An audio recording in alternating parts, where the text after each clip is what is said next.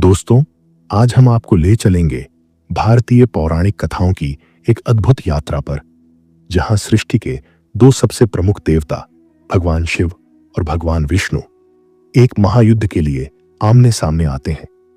यह कोई साधारण युद्ध नहीं था, बल्कि सृष्टि की सबसे बड़ी शक्तियों का प्रदर्शन था।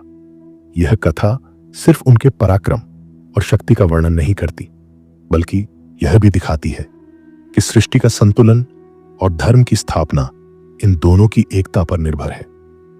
कहानी शुरू होती है त्रिलोक में फैलती अराजकता से, जहां असुरों ने आतंक मचा दिया था और सभी देवता एक समाधान की खोज में निकल पड़े थे। क्या हुआ जब भगवान शिव और भगवान विष्णु आमने सामने आए? क्या यह युद्ध सृष्टि को बचाने का मार्ग बना या विनाश का कारण बन गया? आइए इस महाकाव्य कथा की शुरुआत करते हैं, जो आपको अद्भुत रोमांच और गहन ज्ञान की यात्रा पर ले जाएगी। यह कहानी तब की है जब तीनों लोक, स्वर्ग, पृथ्वी और पाताल में अशांति फैल गई थी। असुरराज वृत्रासुर ने ब्रह्मा जी से ऐसा वरदान प्राप्त किया था कि न उसे कोई साधारण देवता हरा सकता था और न ही कोई अस्त्र। इस वरदान के कारण वह अजेय बन गया। देवता स्वर्ग छोड़कर भाग गए थे और आशी मुनि भी यज्ञ करने से डर रहे थे। देवता और ऋषि भगवान विष्णु के पास मदद मांगने पहुंचे। भगवान विष्णु ने स्थिति को समझा और कहा कि इसे सुलझाने के लिए बहुत बड़ी योजना और त्याग की आवश्यकता होगी। इसके बाद वे कैलाश पर्वत पर भगवान शिव के पास पहुंचे और समस्या बताई।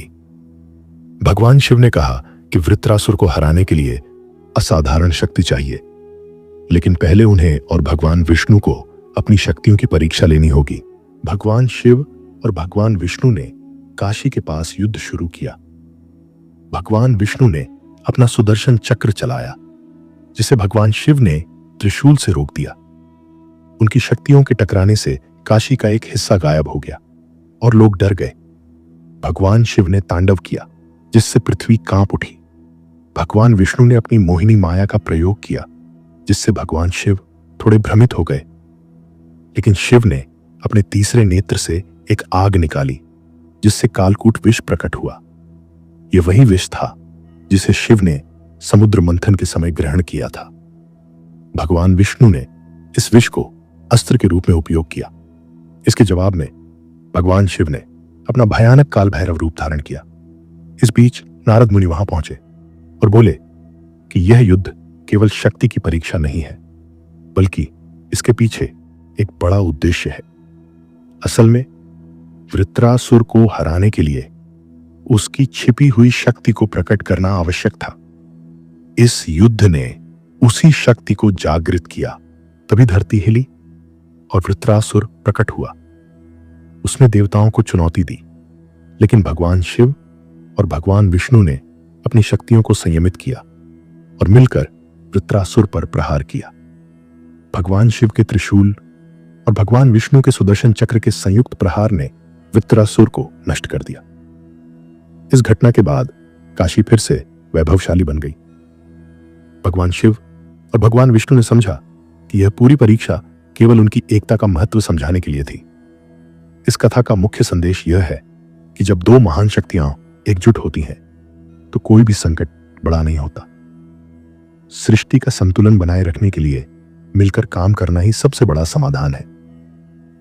इस अद्भुत कथा ने हमें यह सिखाया कि भगवान शिव और भगवान विष्णु सृष्टि के दो ऐसे स्तंभ हैं, जिनकी एकता ही ब्रह्मांड का संतुलन बनाए रखती है। उनकी महिमा को समझना हमारे लिए संभव नहीं, लेकिन उनकी कथाएं हमें धर्म, प्रेम और समर्पण का महत्व सिखाती है। अगर आपको यह कहानी पसंद आई हो और आप ऐसी ही और अद्भुत कथाएं सुनना चाहते हैं, तो हमारे चैनल को सब्सक्राइब करें, इस वीडियो को लाइक करें और अपने दोस्तों के साथ जरूर शेयर करें। आपके प्यार और समर्थन से हमें प्रेरणा मिलती है